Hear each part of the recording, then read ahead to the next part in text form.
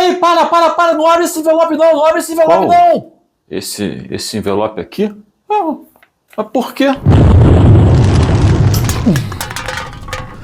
Por isso, esse foi um drama que aconteceu nos Estados Unidos no período de 78 a 85, mais ou menos. Um sujeito brilhante, um matemático brilhante, chamado Ted Kaczynski, resolveu um dia, cansou da vida e foi morar no meio da floresta, numa cabana, vivendo só da natureza, tentando ser autossuficiente. Mas a civilização começou a chegar muito perto, aí ele resolveu começar a ter atitudes um pouco agressivas. E começou a mandar cartas com bombas para diversos lugares dos Estados Unidos. Isso começou a preocupar as autoridades, que apelidaram esse misterioso e anônimo terrorista de Unabomber. Então ele ficou mandando de forma totalmente aleatória cartas-bomba para diversas instituições e tudo mais. Até que um dia ele resolveu enviar uma carta para o New York Times dizendo o seguinte: olha, se vocês lerem ao vivo esse manifesto que eu estou enviando, eu paro com esses atentados à bomba. E o New York Times assim o fez, publicou na televisão, foi lido e tudo mais. E o FBI estava numa caçada insana contra esse cara, tentando caçar, tentando descobrir onde estava o Unabomber.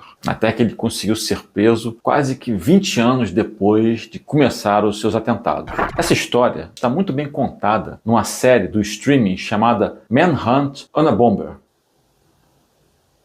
Afinal, não é para falar sobre idioma, língua, etc, etc. Agora é série de streaming. O que essa série tem a ver com o idioma? Eis aí o detalhe muito interessante. O Unabomber, ele ficou no anonimato durante quase 20 anos, apesar das investigações intensas do FBI. Até que um linguista chamado Jim Fitzgerald resolveu começar a pesquisar o manifesto que o Unabomber tinha entregue ao New York Times. E ele começou a pesquisar a forma como o manifesto foi escrito. E passou, com isso, a desenhar um perfil psicológico do terrorista. Então ele pensou assim: olha, quem usa essas palavras tem um grau de instrução muito elevado, está muito além da faculdade ou do mestrado. E aí ele começou a analisar o perfil do terrorista. Bom, esse tipo de vocabulário, quem usa tem um grau de instrução muito elevado. Esse tipo de palavra, quem usa, está numa faixa etária de tantos anos, porque é uma gíria de uma determinada época. Quem usa esse tipo de forma de expressão é uma região de determinado lugar lá dos Estados Unidos. Ele foi fechando o cerco de onde o Unabomber poderia estar e quem ele poderia ser. Então esse manifesto foi publicado e o irmão de Ted Kaczynski identificou: quem escreve assim é o meu irmão. E aí o Unabomber foi preso, quase sentenciado à morte, mas resolveu fazer aquilo que os americanos chamam de plea bargain, que é um acordo judicial fazendo o seguinte: eu declaro a minha culpa, em troca eu não vou ser morto. E aí ele pegou prisão perpétua e morreu em 2023.